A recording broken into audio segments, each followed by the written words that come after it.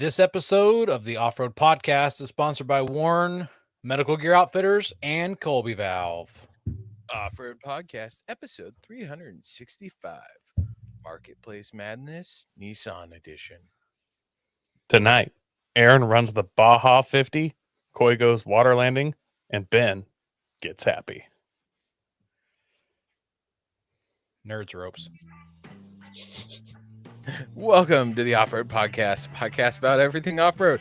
We cover the news, review products, and interview people in the off-road industry. Your hosts tonight are Aaron. My name is Ben, and we are joined with Coy from the Hour of Horses, and welcome to the show.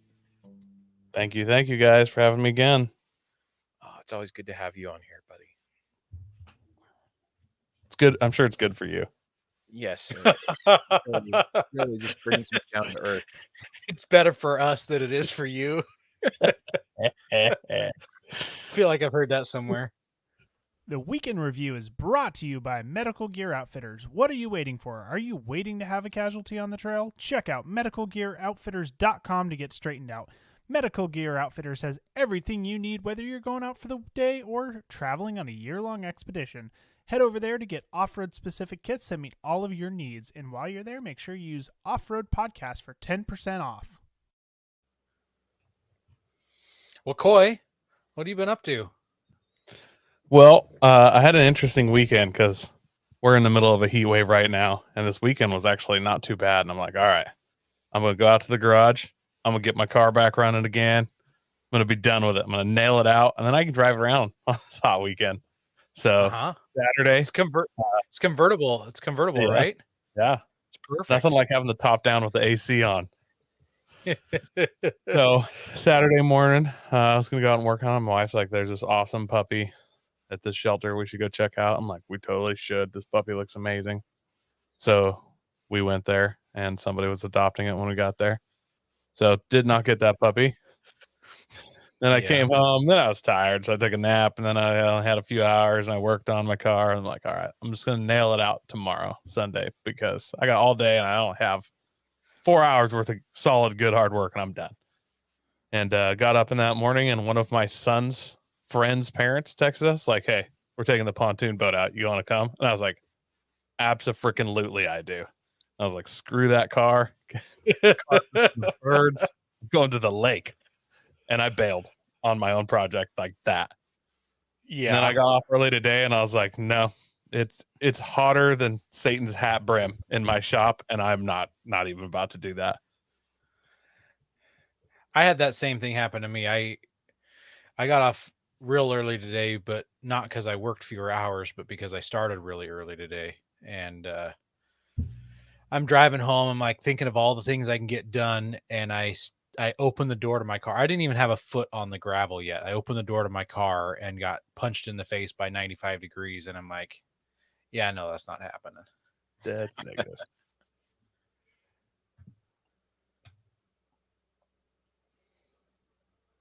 Well, so I guess I'll go next here. Let's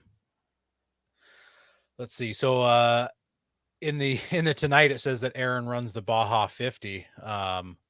I've been horsing around with my Frontier and the V8 and the new suspension and everything, and they've recently cut our field, so it's just a whole bunch of short like hay stalks, and I'm just ripping it up. I'm doing like giant loops around the 30 acres of field, and it's a lot of fun. It's like just the suspension soaking it up. I needed to air my tires down a little bit to enjoy it a little bit more, but I was ripping it up. I hit 65-ish out there today in a straight line, but the loops I was doing, I was averaging 45 to 50 miles an hour. The first time I did it, I was averaging 40, but now that I know the terrain a little bit better, I was hitting 45 to 50 on the loop. So getting a little more confident and comfortable. Yeah. And then you're going to catch a rut, and then your airbags will deploy. Well, I know where I know where the ruts are, and I'm just absolutely avoiding the ruts. So Is that field when it's usually cut like that? It's almost like it's so slippery that you could do like crazy sideways power slides. Is it in that dry grass zone? I mean, if the field wasn't bumpy, I think that you could slide it. But also this whole time, I still have all of your tent stuff on top of like ratchet strapped to the top of my truck. By the way, I should get that someday. I got a couple 100 pounds on the roof of my truck. To be honest, I've made it halfway to the next trip. Like, should I really even get it at this point? Like, I'm closer. You just leave it with me. Yeah, I'm closer to needing it on your truck again than I am for my house. So I don't know. That's true. That's funny. So anyways, the field's really bumpy. It's only rutted out in a couple spots, but beyond that, it's really bumpy just from the poor drainage that it has. So so they've already windrowed and did the hay and everything though. Yeah. Yep. You should have, while they had it windrowed, I'm sure it would have made him angry and you'd lost your lease, but you should have been blasting out there while it was windrowed. On my actual wedding rehearsal, me and all the groomsmen and bridesmaids and my wife and I are headed to like the rehearsal dinner.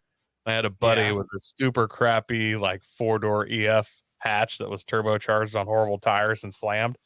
We went around a corner and he completely lost control, but luckily the field was level with the road, but it was all wind road hay. Yeah. And he just went through that sideways at like 60 miles an hour. And like in my mind, I could still just see the explosion of hay. Nothing. Explosion of like just epic as he just pop through those windrows. Yeah. It was something I'd love to see again. It's like those scenes where someone's driving through fresh, dry powder and it's just blowing everywhere. But in this case, it's hay. Some poor farmer's hay that he's just destroyed. It makes my allergies act up just thinking of it. Yep. We got some people in the comments here. We got Hyde's Overland Adventure. Eric's in the comments, and Tim's also in the comments. Eric says the 90s must be rough. I'm not sure what we're referring to. He must be in Texas now, right? Right? He's in Texas. He's talking about the he's talking about the temperature. He's talking about the temperatures. For some reason, I thought he was talking about the decade. Oh. Maybe I thought he was talking about Koi's shirt. So I don't know. It's my Boogaloo shirt. Yeah. Besides rocking my truck around, I finished the wall framing on my shop. So here's a picture of it. That looks like it did exactly like it did last time I was there. No, see all those uprights halfway between all those the horizontal pieces. So I got all those put in, and then all the ones on the very front leading edge of the shop are up. There's a door, and there's a doorway framed. Oh yeah. So yeah. So I got all that done by this time next year for sure. I'm getting close to being done by the end of 2024. So I do have a work party coming up in 2.5 weeks where I'm getting some guys together and they're kind of come help me sheath the roof and put the roofing on the roof. So it should be roofed in 3 weeks. So I'm excited. Make sure that homeowner's insurance is paid up. That is, let's see. I'm sorry, I won't be able to come. I'll be camping. Yeah, what date is that? That's the 14th. Are you busy that day? I have plans. Okay. Oh, good, because it's actually on the 13th, and I think you're available that day. I'm actually gone that whole week. to go to Vegas for 2 weeks. Oh my goodness. Hey, Bubba. Bubba's in the comments too. Yeah. Tim says it's like 110 and raining. I think that's when it's so I hope hot. It's not raining. Moisture is literally going upwards. You can see the moisture just evaporating. Yeah.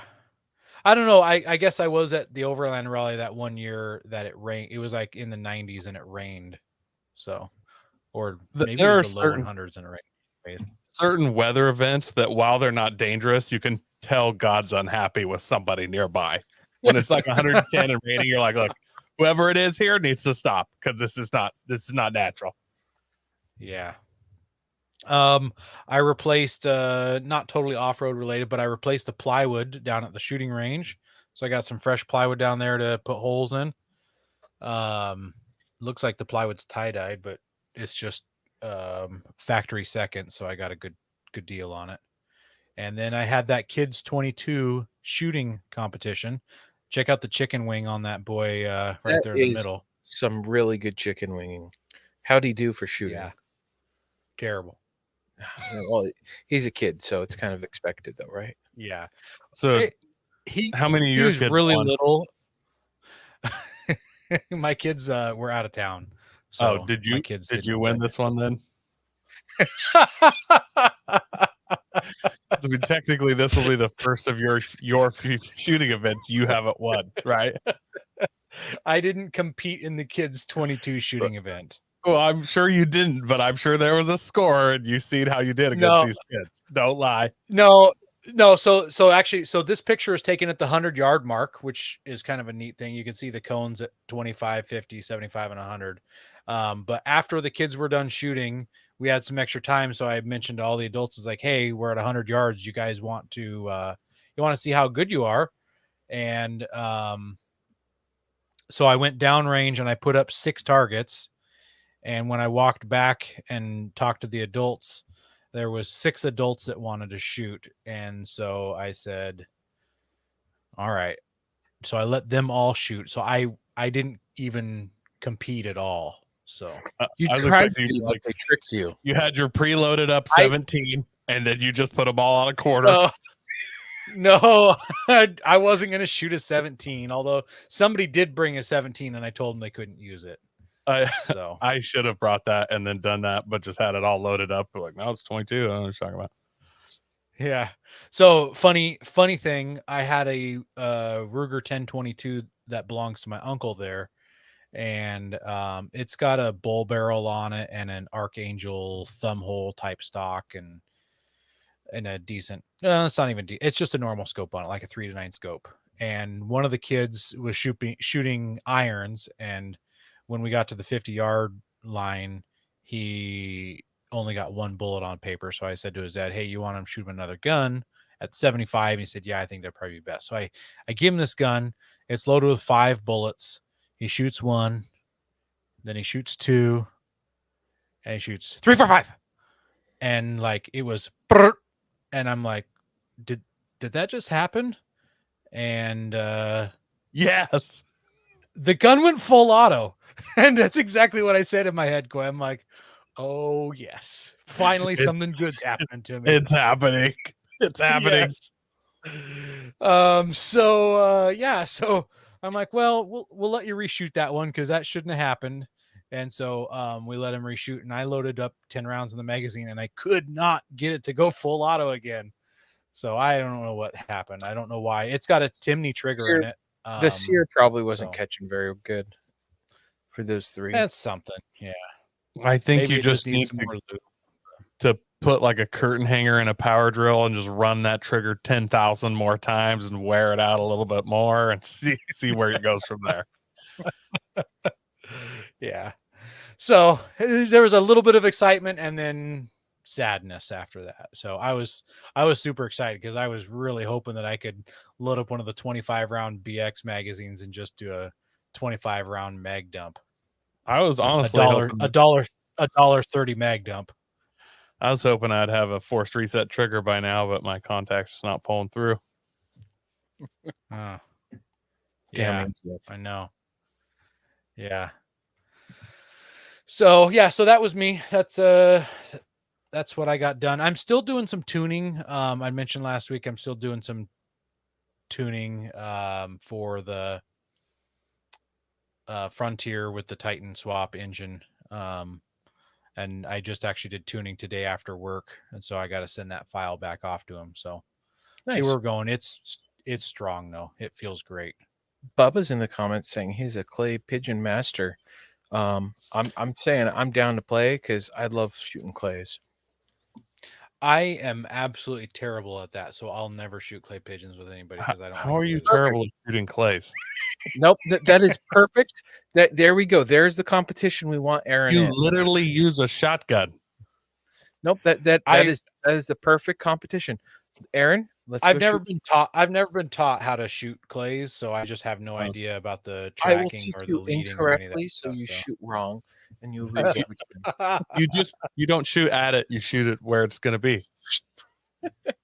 Like women and children Certainly. in Vietnam. I think the other reason why we don't do clays is I don't want that mess on our property. So Oh well, if you do it in the right spot, I do- it's biodegradable. As Aaron After does like 40 through the years. field in his V8 Titan, I wouldn't want to mess up the field with those dirty. No, it's not. clay pigeons. They're literally made out of clay. They probably flatten your field out more. I've got enough clay in my soil. I am really good at shooting the clay pigeons when they're screwed to the backstop for the pistol competition. Yeah, So. that just sounds like an excuse. It's not acceptable enough. Yeah. All right. Well, enough about me. Ben, did you do anything at all this past week? No, so I was going to go do all that maintenance to my 4Runner, which I still need to do. Apparently, I'm just going to keep putting it off until like the last minute and on the last day before I go camping, because I've got like 3 or 4 camping trips coming up this next month, or between the next 2 months. So I'm like, I should do all this maintenance before then. And I've got so instead of doing that, I started stripping out the trailer to just kind of clean it up and get it ready for camping, because I haven't used it all summer. Mm-hmm. So I love that. That is totally true. Aaron's out doing donuts in his yard, screaming, "Don't mess up my field, koi." Yeah. Good on you, Tim. That is totally true. But other than that, I've just been working on house stuff. Like I was going to clean my garage and more. I need to strip it all. I need to take out a bunch of stuff and kind of put it in its spot, because I've got stuff blocking it. And I've got like 2 beds in here that I need to get rid of. But now with the heat and the humidity, it's like the time when it's comfortable to do it is in the evening. And my neighbors are going to be like, "Hey, Ben, doing meth?" Don't you hate when you're going into heat? It's Yep, just terrible. It's like 90 something in my garage right now, and I'm just like, it's 84 outside and it's 90 something in here, and I'm just like, yeah, this would be great. I will look like I'm doing meth in the middle of the night. That's the only time that it's going to be comfortable to clean my garage. I got a sweet trick for you here, Ben. When it's super hot and you have to work in like that 90-degree garage, you can rent one of those portable bathrooms. We call them blue rooms, or honey bucket, whatever you call it. Put that out in your yard. It'll get like 180 degrees when it's 80 degrees out. Go stand in that for like 20, 30 minutes, 10 minutes, honestly, 10 minutes. Hopefully it's a well-used one, so the smell is like, you'll be miserable. And then charge out of that and into your 90-degree garage, and it'll feel like paradise. There we go. That sounds like a great idea. An old construction worker trick. When the heat's about to put you out, you just go sit in the blue room for a few minutes, realize how much worse it could be, and then come back out. And make sure you're wearing a hard hat. It helps, yeah. Yeah. So I was considering, I've got an AC unit that's it like attaches to a window, like you pop it open a little bit. I was considering bringing that from the living room to cool my garage, but I still need the garage door open, so I'll probably just wait for the heat to pass before I. Instead of cooling your garage, if you have a window unit like that, could you just hook up a big hose and like into your pant leg and just have it and just be like a astronaut with an umbilical cord? That would be awesome. But you could also just get up early in the morning and do it like I don't do it early in the morning. I'm up late at night. I'm a night owl. And no one does early in the morning. Like you just have to. Like it's horrible for all of us. Yeah. Yeah. Well, right now I'm on early in the mornings because the kids are going to vacation Bible school, and I've got to wake up at 8 or I love to go to Bible school. I love to sing this song. 8 a.m., huh? 8 a.m. is so early, right, Aaron? My alarm went off at 4:50. Sorry, my alarm went off at 3:15 this morning. I was on the road. I was on the road at 4 o'clock to be on site at 5 a.m. See, I'm I got locked home. in for hours by then, not counting my hour drive. Oh, well, Right. technically, I didn't even get back to my home at 3:15 a.m. I went to the drive-in last night, and we went to the in-laws and spent the night there so that the kids wouldn't have to wake up as early to get to VBS. And their house has AC, so that helps. Yeah. First world AC does problems. help. Yeah. Well, I'm glad I got AC finally here. Yeah, it's nice. Well, it's cheaper to procrastinate than it is to pay a tow bill. It's well Yes, known it is. stuff. So It is very well. No, like that's when you have Rick's AAA. Bubba is asking if we've bought our lottery tickets. It's 810 million. So do they draw that tonight? I don't know. I've never played the lottery. That's I'm lame. Gambling is evil, and that's Unless it's the Gambler 500. Yep. No, It's one of the least evil things I've done today. Yeah. So Yeah. Have tire troubles ever left you deflated? Colby Valve has got. We also want to thank our sponsor, Patriot Patch. Head over to patriotpatch.co and check out their selection of great patches, shirts, cleaning mats, signs, and stickers. You can also join the Patch of the Month Club for $15 and receive a patch, matching sticker, and artist proof each month. Speaking of Patriot Patch, just over the weekend they announced their new patch. It is Suns Out, Guns Out, and it's a tiki head holding a Scar, probably a Scar 17 with a grenade launcher on, and he is surfing in Hawaii, and he's got some quad nods going on. how do you know that's Hawaii? Number one. I'm cultural appropriation. Okay. Yeah, I mean, it has to be. Well, to be fair, if it's in Hawaii, it's not cultural appropriation then, right? Probably not. Yeah. probably not. Yeah. So so this month they're doing the patch of the month, which you have to be a member of to get. And you can join any month and cancel any month. But they've got a companion patch going along with it that you do not have to be a patch of the month subscriber to buy. And it's a similar patch. And it says Moons Out, Goons Out. So it's a similar patch here. I'm pretty sure I know what that firearm is. Do you guys know what that is? I want to say it's like a Mac, but that's not a Mac, is it? No. Oh, it's got a wide magazine on it, so it's shooting bigger stuff there. Nope, I don't know then. I believe it's an H&K MP7. Oh. I think it is. So, which shoots like 5.56 out of a like MP5 style gun. So yeah, so this one is another Oh, you know what it is? tiki head. It's the B&T MP9. Is it? Okay. I just found one. So another tiki head, and this time the quad nods are in the deployed version. Bubba wants to know if he's in Hawaii as well. Of course he is. He's got his grass skirt on, and he's got tribal tattoos. But he has guns and nogs. So is that cultural appropriation of American stuff? I need to know. I can start getting angry right now. I mean, that's my culture. That's true. Violently That is American. Violently American. Yeah. Grass kilt. Yeah. It's not Yep. a grass skirt. It's a grass kilt.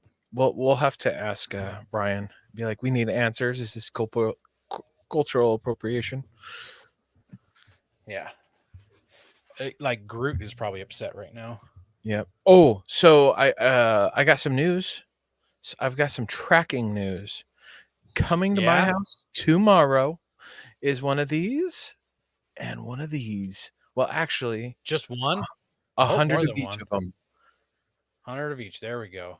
So I'm Well, so you better stoked. You had better bring those on Saturday. I will be so pissed if I see you Saturday and you forgot them. I will forget them and be like, "Oh, I'm so sorry, Aaron. Let me turn around and go home."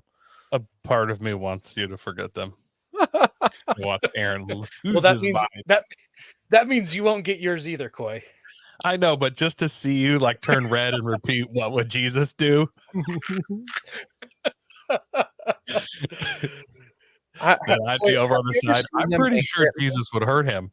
Do you know? Have you ever seen them angry at me?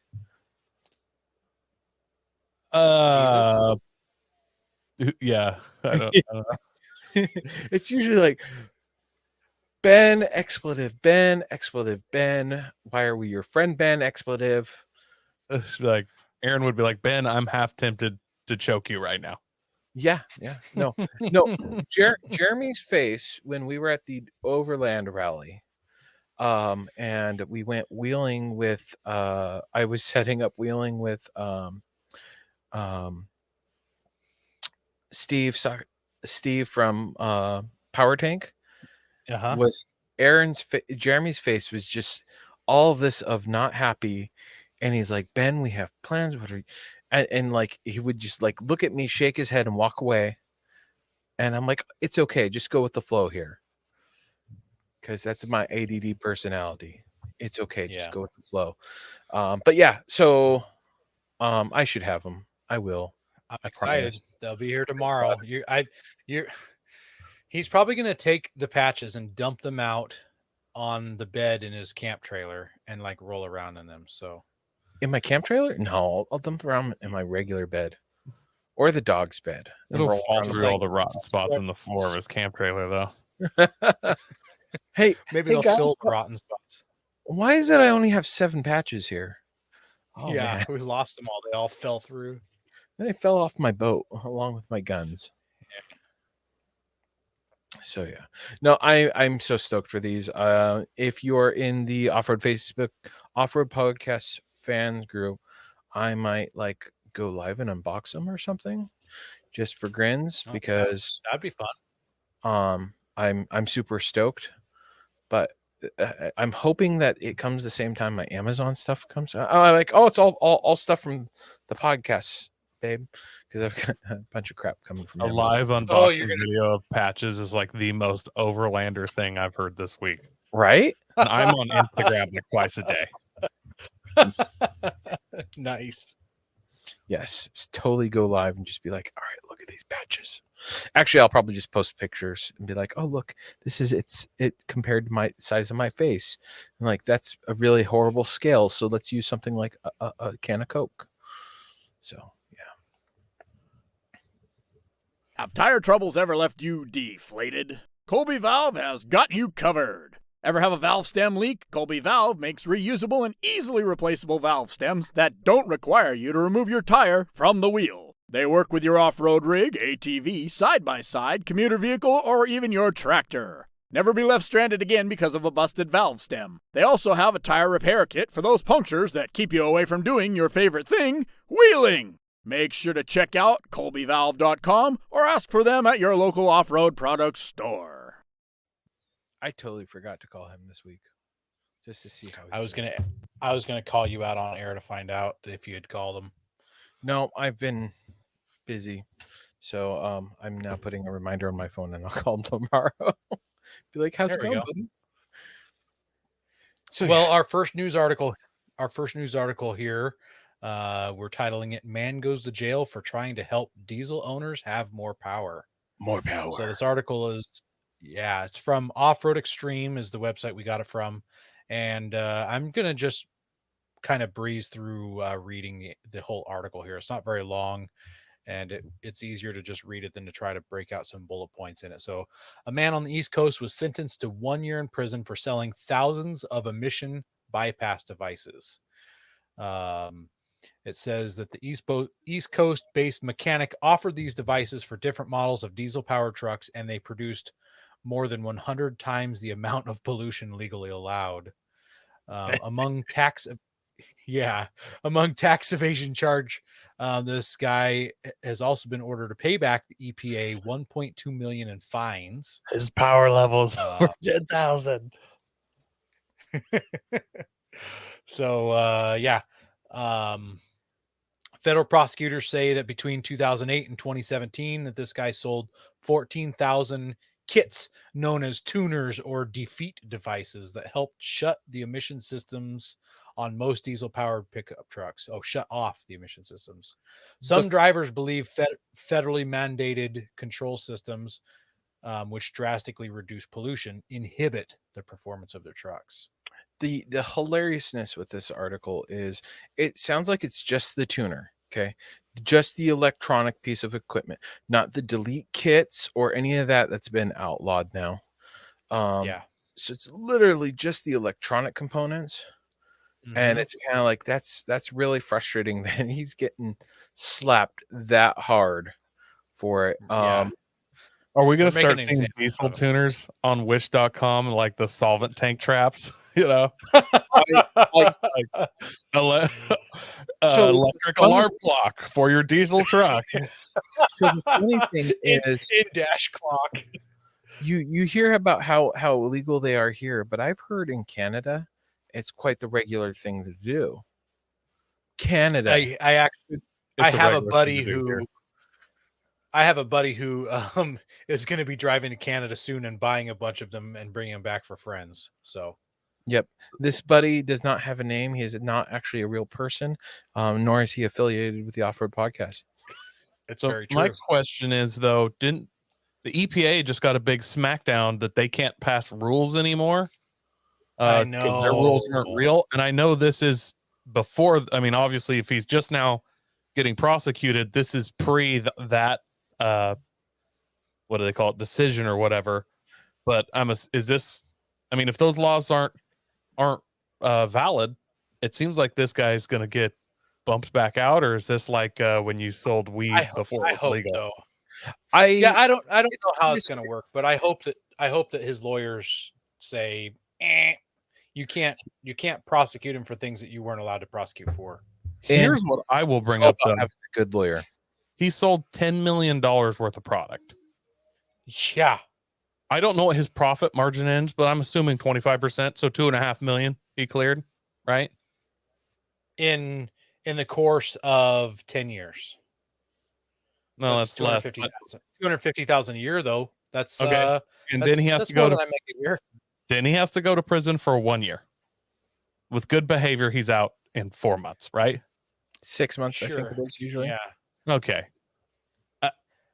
To me, worth it. Like, I mean, as long as shower time in the jail isn't too bad, you get to relax, work out, read a It's book. Federal He's prison, got so well, he's got to Stewart. he's got to pay back 1.2 million in fines, though, so that just cut his profits in half. So he only made $100K a year, 100K ish a year. Yeah. and like I said, that's just at a 25% profit margin. I don't know what he was at. Yep. Could have been much more. Yeah, but he's in federal jail. That's the big kind of laugh at it.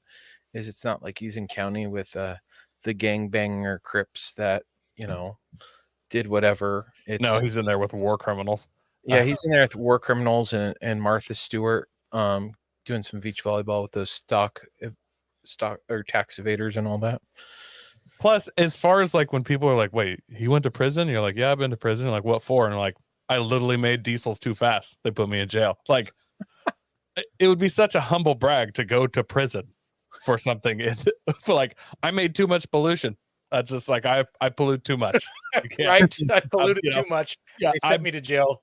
I turns out I burnt too much diesel. I don't know what to tell you. Like it would be such a good thing to go to prison for. It's like getting kicked out of a casino for winning too much. It's like, oh no. Right? Yep. Well, and, Bubba's comment is killing me right here. yeah. Hopefully he doesn't meet someone with the same name like me. I'm just like, Yeah, I went to prison because I helped people roll coal. Yeah. Actually, you know what? Maybe that's okay. Those coal rollers. I mean, it's okay every once in a while, but some people, it's like that's all they do. Well, yeah, and I don't know. I've got mixed feelings on that portion of it too, but it's the guys that don't abuse it that just want more power and fuel economy out of their trucks, because now Yeah. they don't have DEF and all that, and their trucks are getting 30 miles per gallon versus 15 or whatever. I don't think it's that serious of no fuel economy increases, but those guys also do get fuel economy increases. Like, it's the right of every red-blooded American to make so much torque you twist your drive shafts in half. Yep. And the fact that the Uh-huh. federal government is keeping me from doing that is wrong.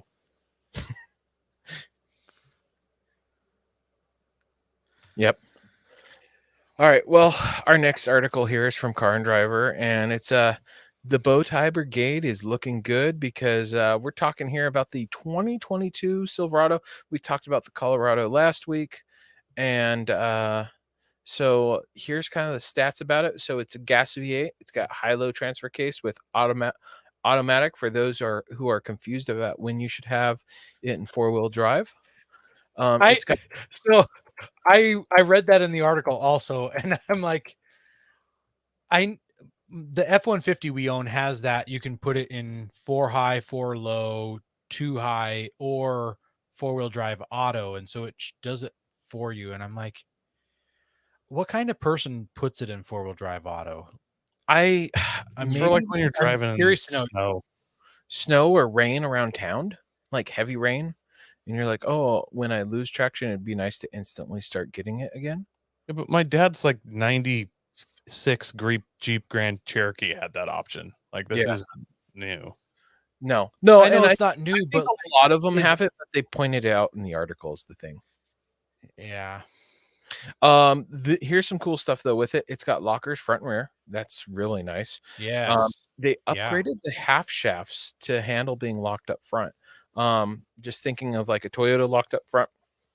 If you turn and you've got too much power going up there, that's usually when you break a drive shaft or it spins and breaks free, and then catches traction suddenly. That's when you usually break a CV axle. So to see that they upgraded them to help prevent that, it's pretty nice. It talks about upgraded beefy skid plates, and I'm looking at it, I'm like, so they went from tin foil to slightly thicker tin foil. yeah. I'm curious what they mean by beefy skid plates. We talked about this for another vehicle not too long ago, and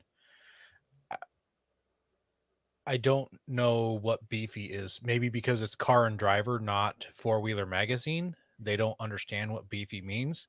I mean, because it does look chunky and It does look like it thickish, covers more space too. but it's It's clearly a stamped steel product or stamped aluminum or stamped something. Yeah. if it's not TIG welded, then I don't want to hear beefy. Like, Yeah.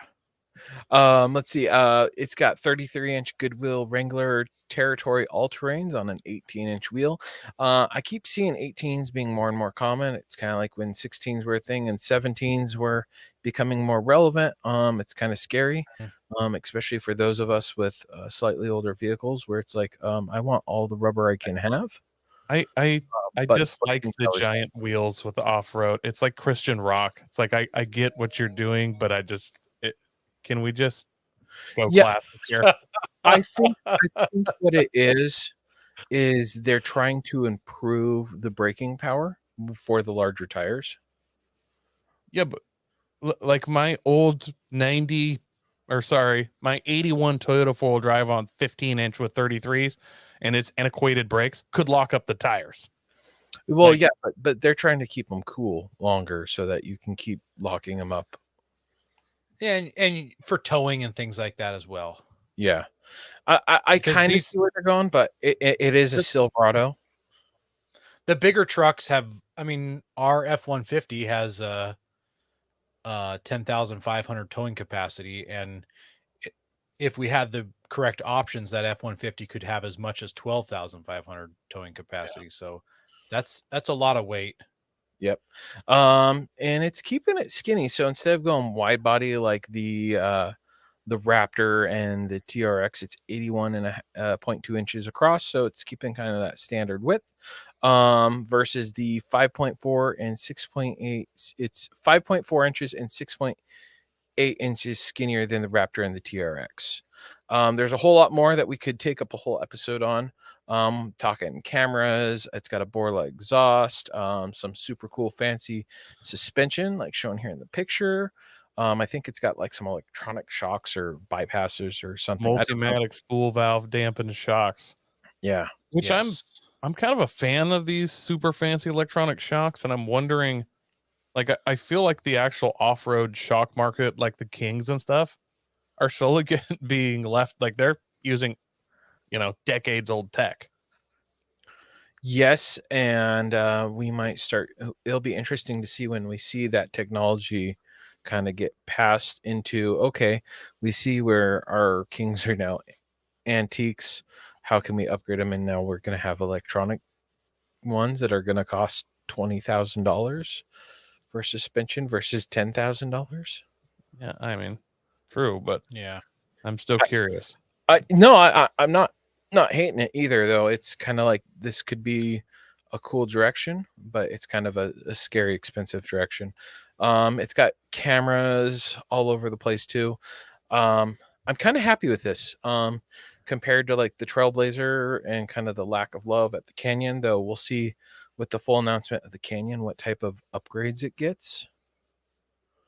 So Yeah. I want to real quick cut to the front end photo here. You're talking about how wide it isn't. So this truck does not come with the Raptor lights, the 3 lights in the grill, because it's not wide. and someone is going to throw them on. There will be an aftermarket grill for this truck to add those lights, guaranteed. Yep. Yes. And as soon as I see that, I will click on that Facebook photo and say, "Sweet Raptor." Nice. That Yeah. slowly fade back into the bushes like I do every time. I'm actually pretty happy with like the headlights. It looks like they're an LED style headlight. The fog lights are not super big and bulky, but actual useful and in a good spot. I really like the red tow hooks because I often have so much problems Stop. identifying where to put the towing hooks in, and I just struggle to find them. That putting them a high vis red so that I can see them is gonna be like a huge advantage from now on. It will be interesting. So when to see the aftermarket when we brand see for it. when we see Coy on Saturday, we will make sure to bring a can of Krylon and we'll help you out, buddy. Yeah, we will. Yeah. Totally Well, you're it's not right. my tow hooks. I know where mine are at, but it's on. I'm always pulling other vehicles out. You know what I'm talking about. I see. And, I see. It's their tow hooks that I struggle to find. All So right, so we'll bring them that being Krylon. We'll get Aaron's all fixed up because of how stuck he got while we were snow camping. Just for next year. One thing I want to mention is this bumper. Did you guys notice that it's cut already? It's notched. Yeah, I did notice that, and I like it. It's Mhm. really going to help with that angle. But I wonder if the aftermarket bumpers are going to bring for this. Like, are you going to be able to fit a decent enough winch in there? Like, how much of this bumper or grill combination is going to be affected by it?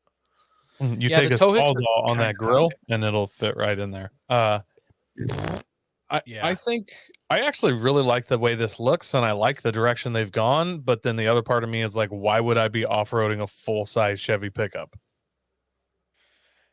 I think in other parts of the country you would. Maybe. I mean, I guess for a hunting rig or something. But then on the other hand, like I don't know. I like it. It looks really good. So I do. the guys in Car and Driver said they used it around Joshua Tree, which the joke they made is it takes a long time for things to grow in Joshua Tree, just like Chevy with the Silverado and off-roading. Yeah. So deep. Yeah. So it'll be interesting. Blade is just like a bull, but flatter. Yeah, it'll be interesting to see how capable it is versus was it the AT4? The fact that they took the half shafts into consideration without being locked up Mhm. front just means that they were actually listening to what problems there were. One more thing that you didn't mention, but the article said that there's a possibility that baby Duramax could go in here, that 3-liter Duramax, which I think is 460 horsepower and 460 torque. That would be an amazing option for this truck. Yeah. No, Torque for days, plenty plenty of power to tow something off-road or have a slide-in camper or even turn this bad boy into a flatbed. Oh, Yeah. aluminum tray on this thing would be sweet. Just looking at the front seats makes me enjoy how much space there is in there. Kind of like the Tundras and all. As I would like to use this as a tow vehicle, but then once I got to the off-road park, just unhook my trailer with whatever 44-inch tire thing is on it, and then off-road my tow rig, and then come back in and hook up to my trailer and leave. That would Leave. be fun. Yeah. Yep. Their price tag is kind of disappointing. We were looking at $70K starting. I think it was 69 is what they said. And 69 and change, and then it's only got like 14 miles per gallon with this engine.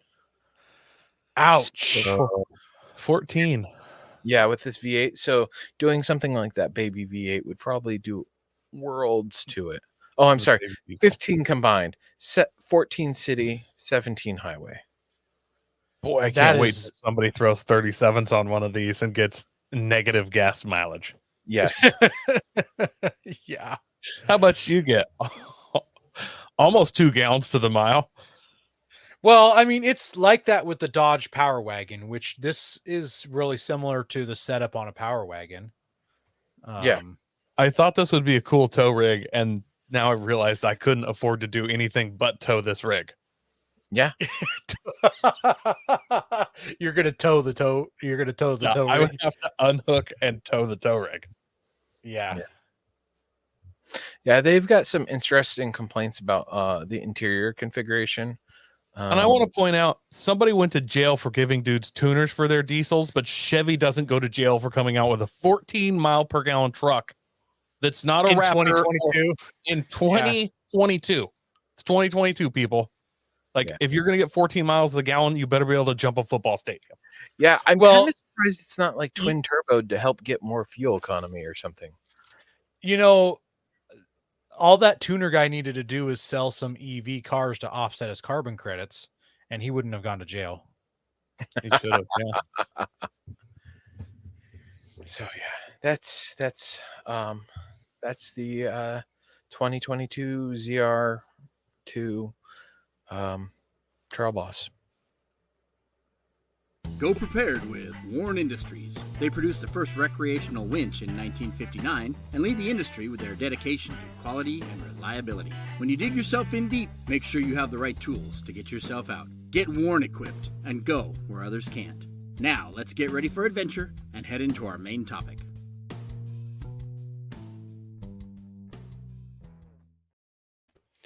So this week, the podcast guys decided to humor me and let us do a marketplace madness for Nissans. So we've already done Jeep and Toyota. We got those bland, boring ones out of the way, and now we can do something fun and affordable. And we looked up all 9 off-roadable Nissans we could find. Actually, could only find 8, but we scoured the country for the 9th one. So Eric is listening, right? Is he still listening? If he is, he would probably appreciate this cover art right here. Yeah, I tagged him and didn't hear a comment back from him. Yeah, I mean, Eric, look at this. It's not a Frontier. It's he actually was weird private messaging for the show. He's lawyers working up a cease and desist for using his image. I don't know that he's happy about that. I took the picture, therefore it's my image. But we're using it for profit, so that's that's where we're in trouble. I'm not a lawyer, but I'm just saying he's in talks with his lawyer, so you should be easy on that image.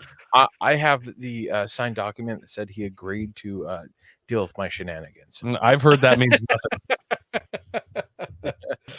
All right, well, I'm going to go first here. So for this one, and I think the last one we use these same prices. We're going to do $7,500 and under. So that's still a good chunk of change, but in post-COVID dollars, it doesn't get you as much as it did 2 years ago. So no, it does.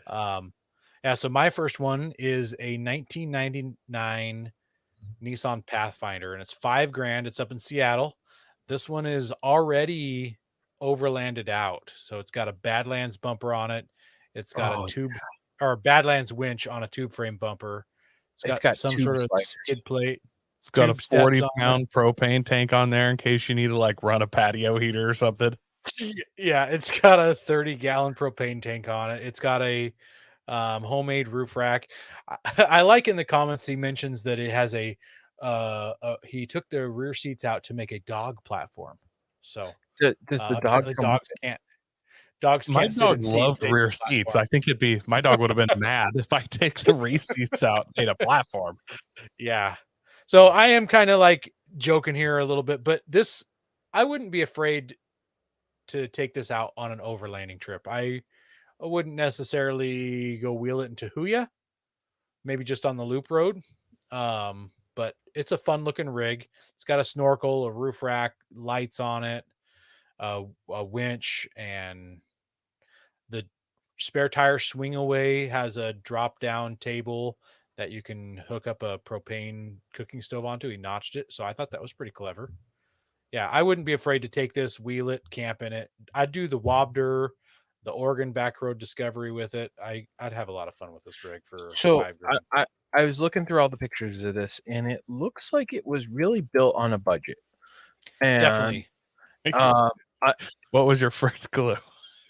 well, my first clue was the It was Harbor a Freight, Pathfinder. the Harbor Freight Badlands winch. But like going through it, but at the same time, like what's here is, I mean, for being built on a budget, it's like, hey, this is adequate enough to get you out and not spend $60,000 on a Toyota and then another 60 upgrading it to use it twice and be like, oh, this isn't for me. This is a good first rig to be like, okay, is this right for me? Go out and then like, okay, I want something else and I want to upgrade it here and there, but this adequate stuff will work for me. Yeah, I absolutely. liked when Aaron said he'd do the Wobder. It sounds like a one-hit wonder 80s song. Do the Wobder. Yeah. Do the Wobder. I mean, it's got a little fridge for your 6-pack in there. I like that. Yeah, it's probably one of those coolers, the 12-volt coolers. And seat covers. I'm looking at this odometer here, and it's not horrendous. I mean, it's got less miles than my 4Runner does, and it's There's no dash lights on. over 10 years old. Well, it could just be off. Stop. Let me have that one. It's got on the roof rack in this picture, you can see it's got one of those 4-inch pipe road shower, water homemade shower road shower things. things. Yeah. Yeah. Mm-hmm.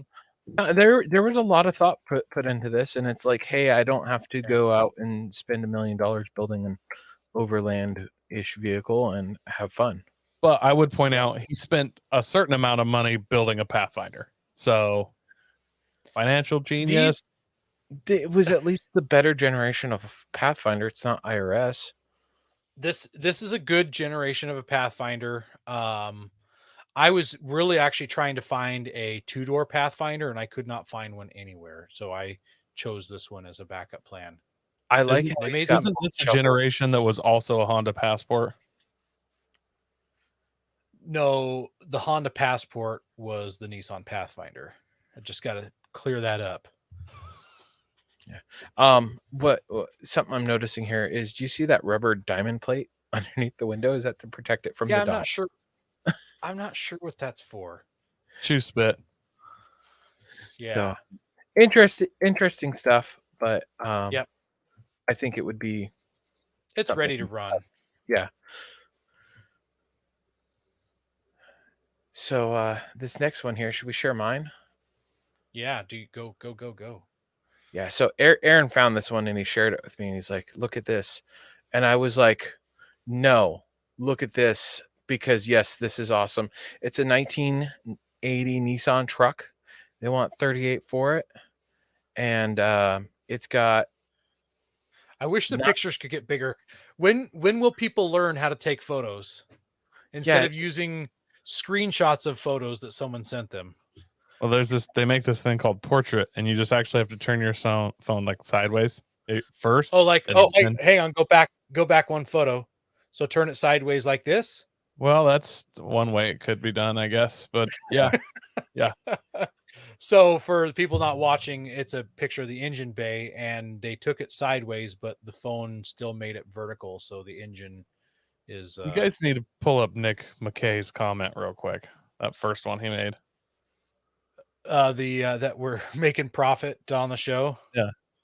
Oh yeah, you guys are Yes. taking a profit from the show, loading up your Bentleys and driving to the Malibu for the weekend. First of all, how Yeah. dare you for assuming that this show doesn't make a profit? They just recently doubled my salary. I'll have you know. Yeah. So yeah, but have Can you noticed describe? Can you describe this truck for the people that are listening on their commute to work right now? Yes, because this is like the 1980s Nissan truck, or could be Datsun, I think, for that period of time, because that's when they're both here working together sometimes. It is flatbedded out with a red rack around the side. back, stake side, and it's not 2-wheel drive. It's not 4-wheel drive. It is a 6x6, my friends, and that is why this truck is epic. I They don't. call it I don't know. dually wheels, which is confusing to me. You know, Yeah. I can tell this person was deeply religious. They weren't Catholic, but they're clearly Methodist. Yeah. Heavy on the meth. Methodist. Do the axles actually work? Did it say in there? It's It not does 6-wheel drive. There's no way. Yeah, it's probably not even 4-wheel drive. It's probably one axle rear wheel drive. It could be, but whatever it is, it looks fun. Yeah, I don't see transfer case stick in there. No, So yeah, there's it's just probably- one. The Yeah. front fenders would be 4-wheel drive fenders. This is 2-wheel drive cab, anyways. yeah. So it cool feature. It's missing most of the foam in the driver's seat, so you can totally stash your drugs and then sit on them, and no one will know. Oh yes, as Nobody's until gonna know. someone says, get out of the car vehicle. How would anybody know? Yeah. So yes, and it runs really rough. It starts, but it's been sitting for a few years. It needs some carburetor work, and he's not Yeah, what- willing to work on it. So What has a carburetor that doesn't need carburetor work? I mean, come on, they just always do. So What I feel That's a like since given. nobody knows how to work on carburetors anymore, if there's any problem, you're like, yeah, it's got a carburetor problem, and you kind of just have to go, oh, okay. yeah, Like, because what are the chances I'm gonna roll up there and I'm just gonna put my ear to it and I'm gonna grab my screwdrivers and just adjust it and be like, oh yeah, no, there we go, carburetor problem fixed, and then jump in and leave. yeah, you got to wait till after you pay for it. yeah. And this person needs to charge their phone. But yes, very cool looking truck. Yeah. I'd probably gambler it because that'd be fun to gamble. Ooh, that would be great for gambling, and you could set up a bed top tent in it. Oh yeah, no, I'd throw my rooftop tent in the back of it, or I'd get one of those pop-up campers and take off the stake sides and put it in the back, and then pop up the camper when I get to Gambler City. Yeah. Yeah, Last time there was stuff cropped this bad, half of Ethiopia starved to death. yes. So yeah. All right. Well, I'm excited to see what Coy put in here because he didn't edit his links to say what they were. It's just a whole bunch of numbers and letters after a website. So let's pull it up, Ben. So we're still in the $7,500 and under category. This is the last one for this. Yep. Yeah. Oh, shoot. You picked this one. Yeah, I did. So Coy sent this one to me earlier tonight, and I texted him back and said that I'm not going to make the show tonight because I got to go to the doctor's to get a tetanus shot just from opening up the link. Look, that may be true, but I racked my mind for like what's a good Nissan 4-wheel drive, and I could only think of one that they didn't even make here, and that's a Nissan Patrol. Like they're legendary. The Nissan Patrols, like they're up there with the Land Cruisers and Yeah. all that 80 series. Like they're legendary. Sadly, they never made them or sold them in America, but this is the only one I could think of. So it needs some work. I'm not gonna lie. Where'd it go, Ben, for our viewers? Oh, is it not showing right now? Oh, that's so weird. Sorry, let me fix that.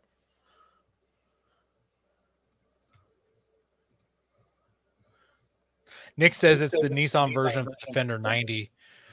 I feel like it's actually prior to the Defender 90, back when it was like the Series 1 and Series 2.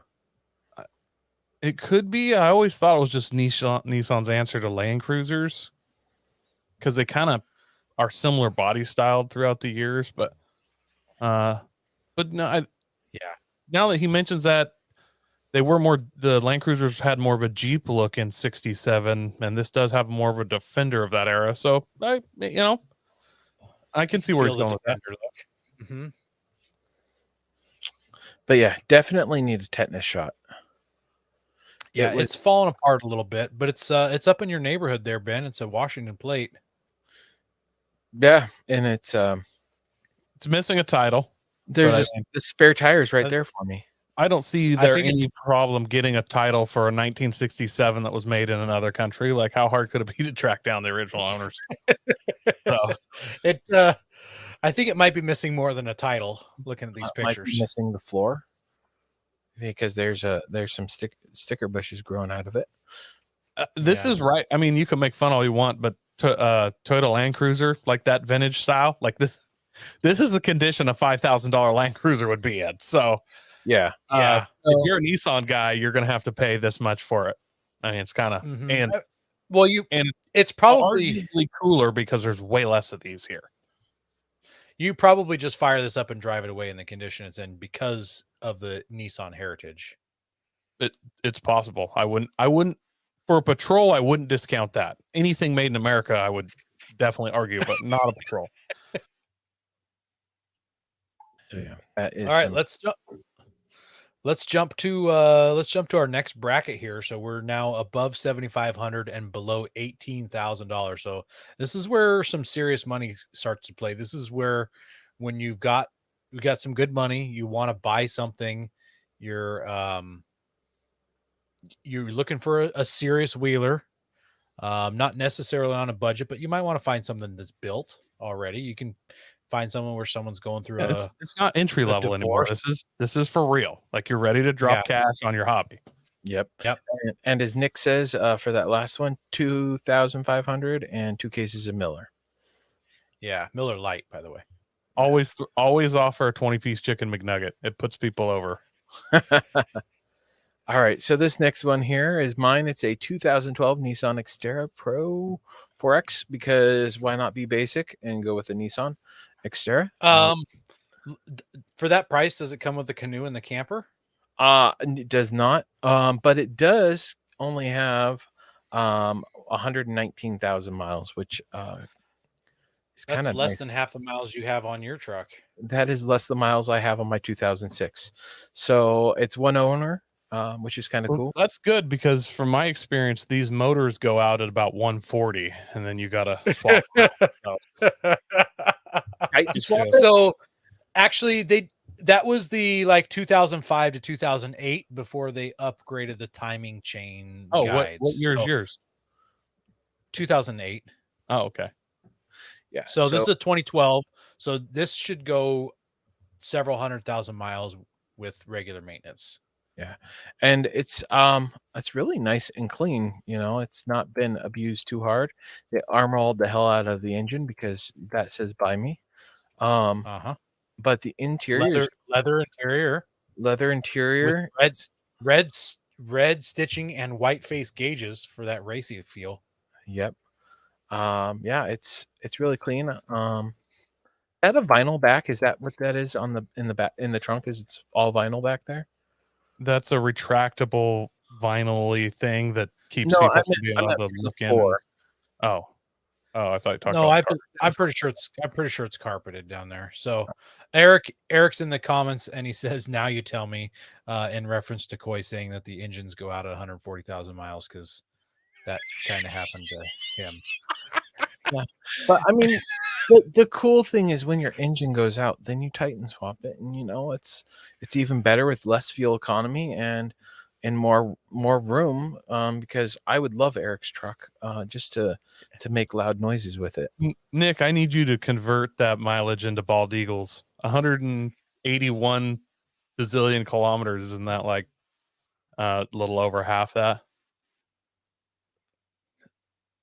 So yeah, that's the Xterra I found because it's basic and not something super cool. Nick says you can literally hose out the Xteras, which I think you can do that with any I vehicle. was gonna say, if you try hard and believe in yourself, you can hose out anything. I mean, I've seen the videos on Facebook of people at the pay and spray car wash places with the pressure washers inside their BMWs. Even. I've seen them do it at the gas pump with a gas hose. Like, you can, yeah, the magic is in you, not the pressure washer. Yeah. Oh man. All right, Coy, you're up for the next one. Okay, let me pull it up here. All right, I have this. I didn't even know about these, and I honestly, I know the Patrol's for sure the only good like Nissan off-roader. This one looks like it is, but I don't know a lot about these. But this is a 1991 Nissan Safari. It looks really similar to a Patrol, so that's why I assumed it was good. It's got a 2.4 diesel in it, and the Grand Road extra high roof. 2.4. Sorry, Man, that's not 4.2. great. Okay. I bend that. You're channeling your inner Ben. My inner Ben. I love the high roof on this thing. It looks cool. It looks really cool. It's like Europeanish.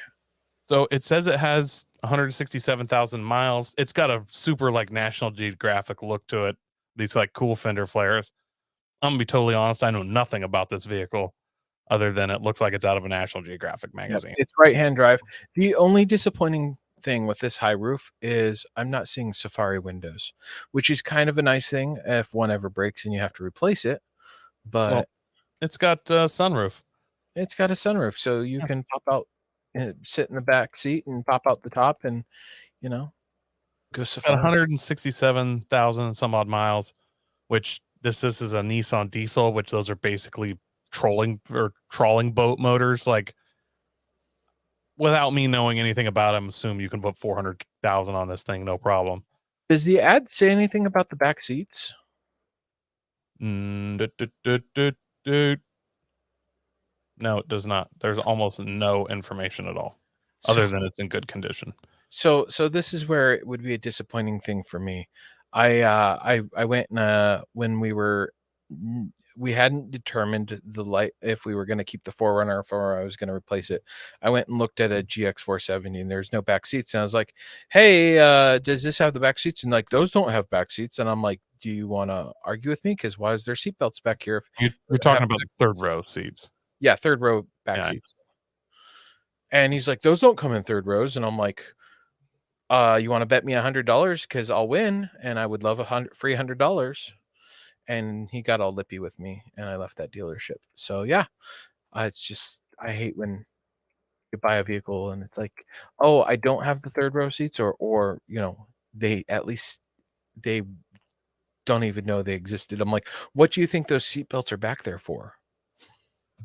Yeah, it's hard to argue with those guys sometimes because their logic is little to none.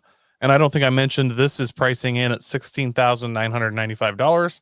So a little bit under the max of the budget for this section. And honestly, if you were to look at an imported, 80 series, like a good four-wheel drive, like a Land Cruiser, it would be considerably more than this. So the price seems actually pretty good to me. Yeah. It looks like this is that importer dealership. So at least they might be able to source you some rear seats if you really want them. I'm hung up on the rear seats. Sorry. I thought we were looking at Nissans, not off-roaders with third rows, but either way. Well, I mean, if you buy a vehicle that has it, right? Wouldn't you want it? No, I only have 2 children, and I seriously don't want any more. Well, there's a way to fix that, right? I don't think the abortion laws actually caught up with that for me yet, but soon. Yeah. Nick says that thing should be in the middle of the desert surrounded by lions, and I totally agree. That would really be a sweet one to take to Africa. Yeah. Safari it. Well, so speaking of Safari, here's the next one. It is a 1986. This is my choice, by the way. 1986 Nissan Sunraider. So this is really similar to the Toyota Sun Chaser, I think is what they call them, or something like that. This one probably has a max speed of 48 miles an hour downhill. Is my guess. It's a 4-cylinder. Really sweet seat covers in it. It comes with a club. Not much to say about this. It's just a motorhome conversion from a 1980s Nissan pickup truck. So gutless It's motorhome, super.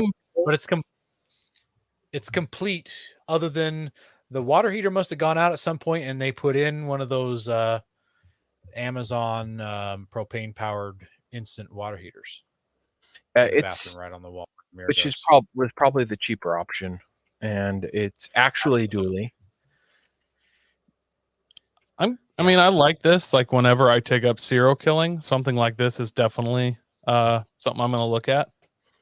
It looks like something I would see in downtown Seattle or Portland. There's only two things that Oh, happen in a vehicle like this: murder and or rape. So I gotta say, one of the positives here is it looks like it's a fiberglass shell on it, not like a 2x4 framed guy. So it probably has a lot less chance of rot on the inside. Yeah. Nick Scobbit. Oh, Yeah. So Nick says that this one looks like it also needs to be in the middle of a desert, but cooking meth. Yeah, you're not wrong, Nick. Not Nick, wrong. that was a solid 10 out of 10. Thank you. I needed that. Yeah. All right. Well, let's jump to our high dollar number here: $18,000 to $50,000. So I don't know if there's any Nissans that cost that much money. There. Koi, yours is the wrong one that's in there on the Are you link. sure? Yes. Uh-oh.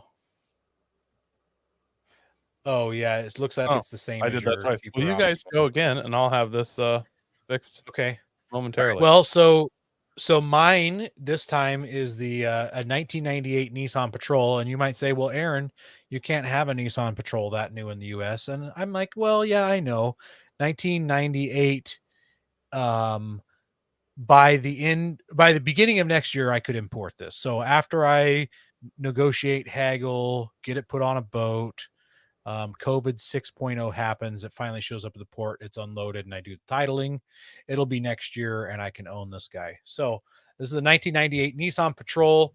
It says it's a STGU, whatever that means. I don't know, but this one has a Chevrolet diesel 6.5 liter V8 engine swapped into it for extra power and stuff. But this one's all kitted out. It's got drawers in the back, fridge slides, battery inputs. It looks fairly well hooked up. It's got an off-road bumper. It's got a winch on it already. It's got a suspension lift, coilover or a dampener, steering dampener. They do things a little different in Australia. Don't I'm not don't knocking. judge. I'm just curious. That's Tru- kind of interesting. Trust the science. Yes, Eric says there's a bottle opener on the dash. That's I was shocked to see that, but then again, it's Australia. Well, they probably have a lot of soda pop and glass bottles there. That must be it. Yeah, clearly. I don't see It's a good bottle opener on the dash. go one more. Oh, Right there there. we go. Yep. No, that's on the Bam. passenger side. So isn't that legal? I can't, technically it is the passenger side. So I don't know. It's already got a radio in it and an aftermarket head unit. It's got a rack on it.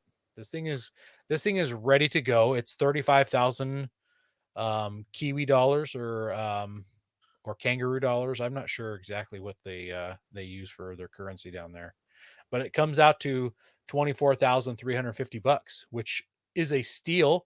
That's half of the cost that I was looking for. So technically I could buy this one, buy a parts truck from Australia, and have them both shipped in the same shipping container and come in under my $50,000 mark there.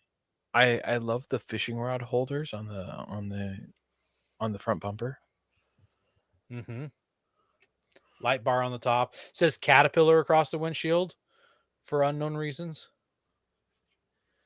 Yeah, and it's got the really cool fender sliders too that you I don't like see over here. Those have a special place in my heart. I hear that they are really worthless, but they have a special place in my heart. Yeah, and the I want to say it's PVC, but it's probably not for the snorkel. The snorkel? Yeah, No, I don't think so. because it looks pretty clean and done properly. All right, Ben, what you got this for this one? All right. So I have a Nissan Frontier, and you're like, Ben, why do you have what Aaron has? But this thing is what I'm going to call. Doesn't everybody want what I have? I don't want herpes, but whatever. So this is a 2019 Frontier. It's got 6,600 miles on it, and they want $40,000 for it. So still under budget, but why would I want something that old when we're in 2022? Well, the miles, and it's pre-COVID, so it's actually got some quality put into it. It's not been understaffed and overworked drilling screws and missing fluid when it came to the dealership. So it's This is full a This really one's nice. also a I clean was gonna truck. say this is actually a really nice truck. Like I like Aaron's, but this one's nice. yeah, it's nice and clean and not been abused. And Airbags probably haven't even gone off yet. the airbags have not gone off, and it's locked. Not in the front, but that can be mended. Aaron's modded his quite a bit, but this is a Pro 4X, so it's the real deal. Like, I mean, this is Nissan's off-road Yeah, it's package. It's not one of those. It's not the Nismo, yeah. Yeah. Yeah. One and thing to note: the bumpers and stuff. You can get the aftermarket bumpers and stuff for this year, right? you can do it for all the years, but yes. So one thing to note: I believe 2019 was the last year of the 4-liter. They switched, I think, in 2020 to a 3.8 liter, similar engine, but not totally the same. And I don't know if they've had issues with it, but I just know that the 4-liter was a robust engine, plenty of torque and stuff like that. So that's kind of one benefit of this year. I think it was 2020 that they switched to the new engine, and then like the next year, 2021, they switched completely new body style. Yeah. I was just really amazed at how low the miles were. I'm like, they want that much for it? And I looked at it, I'm like, oh wow, it's only got 6,000 miles. It's kind of impressive. And I'm sure they could be talked down from the 41,000 they want. Yeah. It's a clean truck. So for someone wanting to start out, though the new Nissan, the latest generation of the Frontier does look pretty nice, but I've started hearing people talk about problems. Not much, but I've just heard a couple problems about them. So, well, Coy. All right. Well, last but not least, we've got Coy's expensive pick here. My expensive pick comes in at $25,500, and luckily the license plate's covered up with this guy's finger so that no one knows. Goodness. So other people with a 92 Nissan Safari Grand Road Patrol diesel right-hand drive imported can't copy that and put it on theirs, and then he would get in trouble. Yeah. But yeah, so this isn't actually that much different. My last one, this only has 63,000 miles on it, and it's a 1992 Safari Grand Road Patrol. Oh, it's got 5-speed manual. Again, the 4.2 liter straight 6 diesel, selectable 4-wheel drive. It is red and tan. He has, I don't know what kind of suspension, but that looks like, I was gonna say it looks like Dobson by the color, but I have no idea. Oh, it does say brand new 2-inch Dobson lift. Yeah, it looks like he put some love in it and then decided he fell out of love with it. It is in super good condition. He said he bought it for a camping/hunting rig, but didn't have it in him to beat it up. And now I'll hold that picture there, Ben, and go back a picture. I'm not actually doing the patrol. Go back one.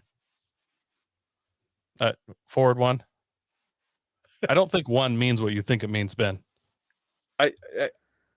Anyways, there's a nice Tacoma in the background that I was going to point out. It's actually what I'm going for here. Hold But, on. Here. Yeah. There you go. See, that's a sweet Tacoma. So Is that a Tacoma or is that a Chevy ZR2? I don't That's know. a ZR2, bro. Is it a Look at ZR2? that. See? I Also better. nailed it. Still better. That's a ZR1. Z71. Oh, Z71. Yeah. No. Oh, Z. Is that what it is? Z71? Okay. I believe so. Whatever Yes. the case is, it's a Chevy. Yeah. Yeah. I love that mirror, that backup mirror, so you don't run over small children. This is before the days of backup cameras, so they have these crazy mirrors on Japanese vehicles. I thought that was for like backing into parking spots so you don't back into the car behind you. Well, or small children, one or the other. Well, My Forerunner would has you rather hit a small child or a right-hand drive car? I could really see a mail carrier owning this, a rural mail carrier, and driving this around to deliver mail. In Montana. I also like that it has the driver's side fender mirror. Or actually, I don't think it's Yeah. driver's side, but driver's side if it was American. I really dig this. The color scheme is super retro with the gold and red two-tone. I would drive this even though it's a Nissan. Oh yeah, Even that is though- passenger side. That is Yeah, I mean, interesting. Can't expect all vehicles to be perfect, but I think I could love this vehicle. Yeah. The wheels are quite unique as well. I like the hole pattern on the wheels. It's a get super there. I'm getting retro this. look. I'm getting really seasick. Sorry, I was trying to get to the picture of the wheels quickly. I thought that there was a close up of one of the wheels. Yeah, there is. It's like the fourth picture. There you go. There we go. It's got kind of Yeah. an old school American racing wheel look, but clearly it's not. But Is that a locking hub that you need a 6-point socket for? I don't know. I'm not sure. It's unique. It won't let me zoom up in it, so Yeah. Yep. Well, anyways, another good pick, Coy. You really can't go wrong with choosing Nissans. That's all I gotta say. It's the hard to patrols, choose a bad anyways. one. Yeah, for sure. Oh my goodness. Well, this has been a great show. Thanks for allowing me to fanboy out on Nissans for this episode. Appreciate it, you guys. maybe one day we'll be able to do like a Chevy or Ford. I honestly expected you to go more exotic instead of like the murder mobile. It was just unique. I actually had no idea that Nissan made a version of those terrible motorhomes. You had no idea that Nissan made a version of the umpteen billion Toyota ones just like it. Correct. Yeah. No, nothing good happens in those. No, it's like people who are up after midnight. Mm-hmm. Idle hands. Yeah, Yep, they make nothing great work to or do something. that late at night. Nick says you don't want to overland a GTR. I would absolutely love to overland a GTR. I did check to see if there were any GTRs in under $50,000. There are. I was actually almost looked up a Nissan Pulsar GTIR, the all-wheel drive Pulsars, because that's kind of a hatchback rally car with a transmission with a fuse that explodes at like 300 horsepower, but super cool turbocharged all-wheel drive hatch that was available in, I think, Japan and Australia probably only. I almost did one of those, but I was trying to keep it with a 4x4 theme. Gotcha. Yeah, I was talking about getting a cheap Nissan, whatever, and like what is it, the 240s or one of those, and doing a gambler build. So there's no cheap 240s anymore. Yeah, that'd be the problem, right? Well, thanks to everyone who listens to us weekly, and also those who watch us live on YouTube. Like, it really makes the show that much fun when you guys are commenting and interacting with us. It's like, hey, you are out there, and we do appreciate it. So share us with your friends. Be like, hey, come join the conversation. Have some fun with us. Make us laugh. And God bless America, and have a great week. And now I got to find the ending stuff. Don't forget to visit Patriot Patch and join the Patch of the Month Club. Check out our Gaia affiliate link for up to 40% off. Also, don't forget to head over to Warren, Medical Gear Outfitters, and Colby Valve to see all their great gear. We are a proud part of the Firearms Radio Network. Got a comment or question? Send it to us through our webpage at firearmsradio.net or through our social media channels by searching for Off-Road Podcast. Also, you can listen to us live at overlandradio.com Mondays at 7 p.m. Pacific. When off-road, please remember to have fun, tread lightly, be safe, and courteous. Thanks for listening. Did you guys see that? I think it was someone was joking about making an overlanding patch, and it had like a picture of a generic vehicle and some mountains, and it said like insert slogan here. Yes. Made me die on the inside. Catchphrase. Catchphrase here.